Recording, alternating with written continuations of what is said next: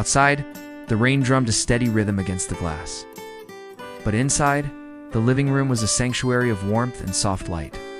Marley, a golden retriever with a heart twice his size, was currently occupying the entire window seat, lost in a deep, snoring slumber. Then there was Chewie, a battle-scarred tabby who viewed the world with a permanent judgmental squint. And right now, Chewie was very wet.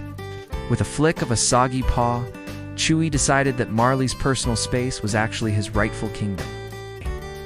Marley woke with a start, his tail thumping against the cushion.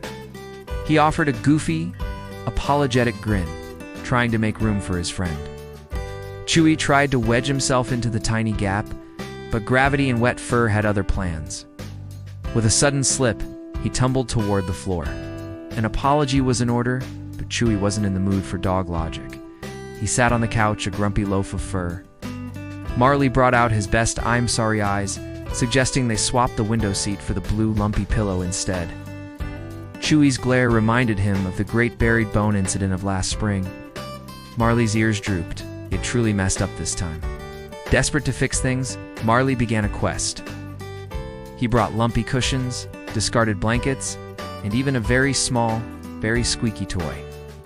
Chewie decided it was time for a lesson on boundaries and the social contract. Marley listened, though his head tilted in utter confusion. In a grand gesture of respect, Marley marched to the far corner, bowed.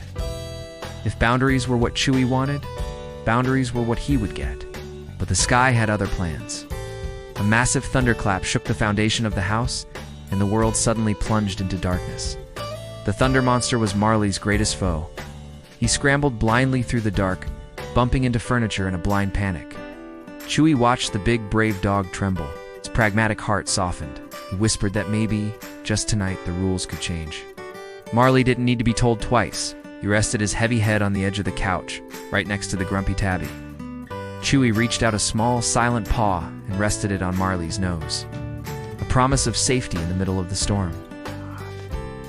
As moonlight began to peek through the clouds, the two unlikely friends drifted off, finally sharing the same space and peace.